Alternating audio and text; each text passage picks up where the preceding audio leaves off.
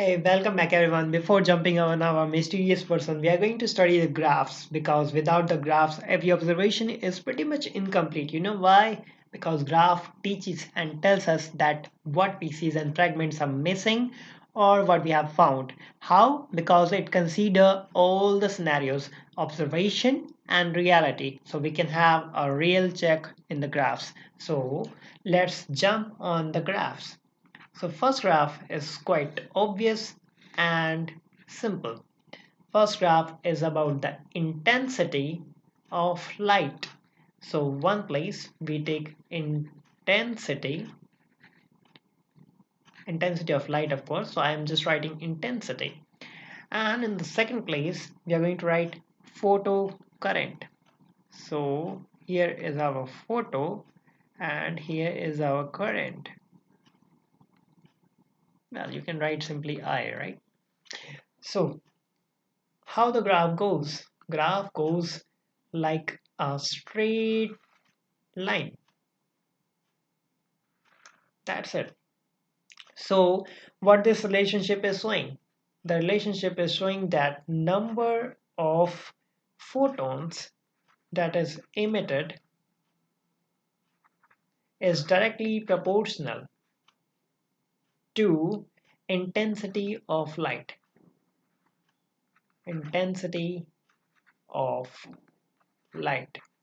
So number of photons emitted is directly proportional to the intensity of light. Means more the photons, more is the intensity. That's why it is said that if you keep the solar panels in your house and there is a cloudy day, so the chances are that it will not give you that much electricity because it is not getting that much photons on its surface to run your entire system, and that's the inefficiency that solar panels are facing. Well, we are trying to develop that, and surely it will be one of the best thing that if we do develop this one. But for now, that's the topic. So this is the case for the one metal. Let's see for the another metal. Like this time, let's consider something different. So here is our frequency. So now we have frequency on one side. You can write it mu. And on the one side, we can write stopping potential. So this side, we are going to write stopping potential. Don't worry, I'm going to tell you what is stopping potential. Let's focus on making the graph first. So now the graph looks like this. So I'm using two colors so that you can understand and observe the things clearly. So why two colors? Well, try to guess that. What I'm going to write.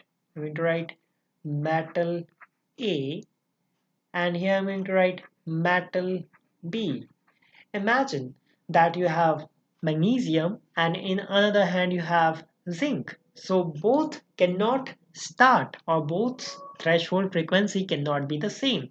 So there must be a difference in the frequency so that you can excite them from valence band to conduction band or sometimes to take them out completely from the orbit. So what is the stopping potential? The potential that is stopping to being it potential. Well, in short word, remember is as voltage. The minimum voltage that we acquire.